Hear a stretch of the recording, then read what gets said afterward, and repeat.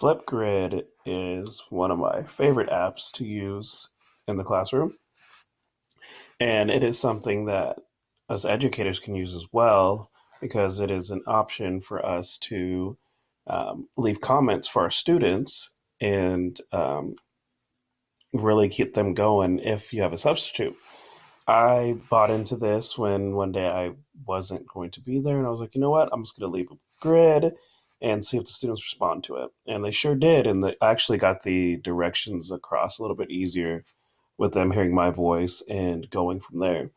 But as you can see, I'm able to make different grids for all of my classes, and they all have their own unique codes for them to be able to get into. So it's not like anybody can just join at any time.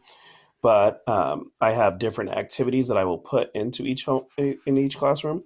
So my homeroom has done quite a few of them, and the last one that I did is they're supposed to do a personality test, but I messed up and didn't get them to test in time, so they weren't able to go in and make a video.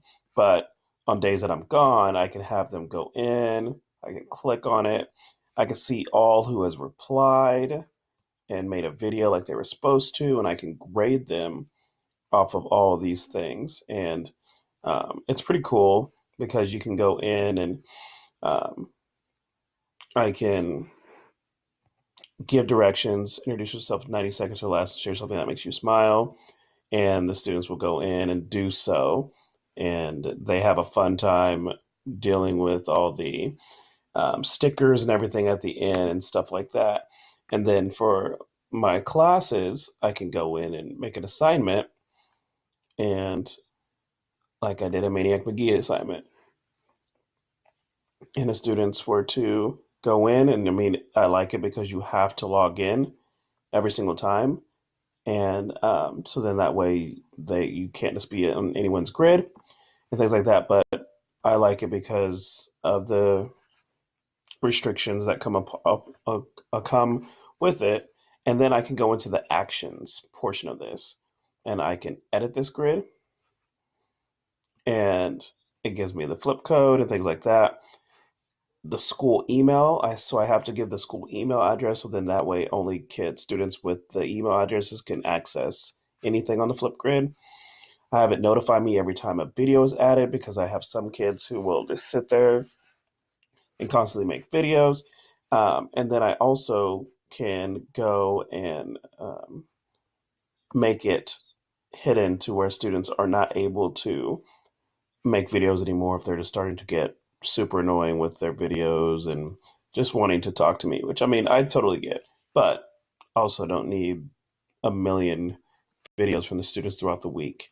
But this falls under the standards of ST4 because it's a collaboration thing with the students, because I can go back and forth conversation wise with them, and it definitely falls into ST1 where they're learning different things that with technology, and I always try to tell them to get creative at the end of their videos, um, to make things more interesting. So you'll see whenever I go through, let me go back to my homeroom kids,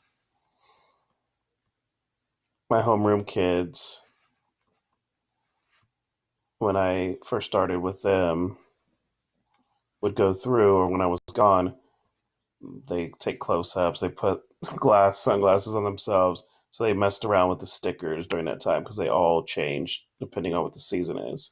So Flipgrid is one that I would suggest, and it's also that you can also something you can use with colleagues as well.